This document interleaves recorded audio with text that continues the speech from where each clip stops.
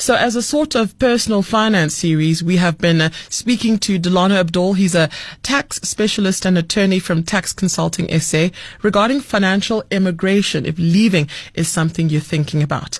Now, a recap: in our first episode, which centered on the definition of tax residency, he got into important information that you need to have in terms of what is a tax resident and what is not. Tonight, we're getting into important processes to cease tax residency.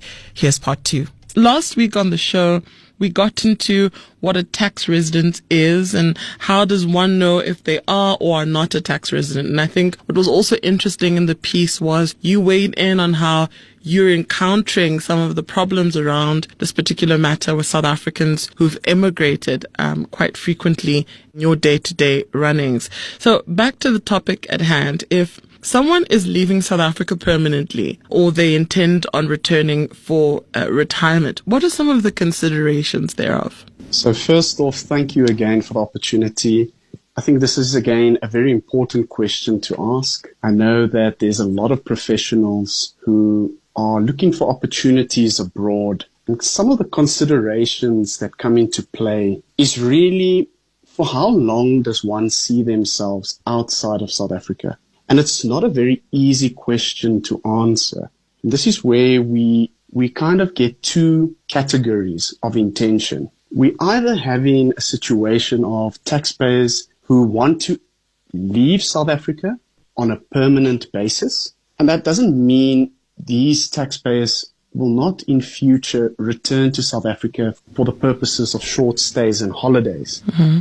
But for purposes of where they want to reside and where they want to live the rest of their lives, this will be abroad on a permanent basis. The other side is considering taxpayers who might have an opportunity to go abroad, and it's contingent perhaps on employment, as an example.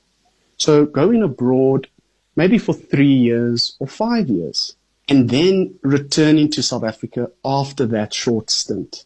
And this is a distinction, and a very important one, when it comes to communicating your tax residency status with SARS, because the underlying basis for these taxpayers to update their status or change their status from a resident to a non-resident very much differs depending on those two categories. Well, let's get into what are the options that are available to you in order to cease your tax residency. So if we focus on outbound expatriates, so taxpayers leaving South Africa, where South Africa as a starting point is their tax home, their original tax home. The two avenues one can follow, you can refer them to as the financial immigration process or the permanent ceasing of tax residency.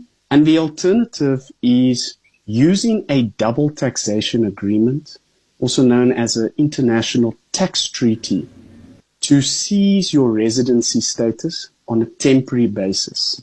Those are the two avenues you would consider. Just to clarify, importantly, one can have the financial immigration or permanent cessation process followed irrespective of what country they go to. Whereas using a double taxation agreement, this is very much dependent as a starting point whether the country these taxpayers are going to has such an agreement in place with South Africa. Jy luister na die OFM Sake Uur met Ole Bocheng. And on that note, it's time for me to wrap up. And like I mentioned, hand over to my colleague, Ashmond Martin. You heard Delano Abdoll at the end there getting to the processes to cease residency.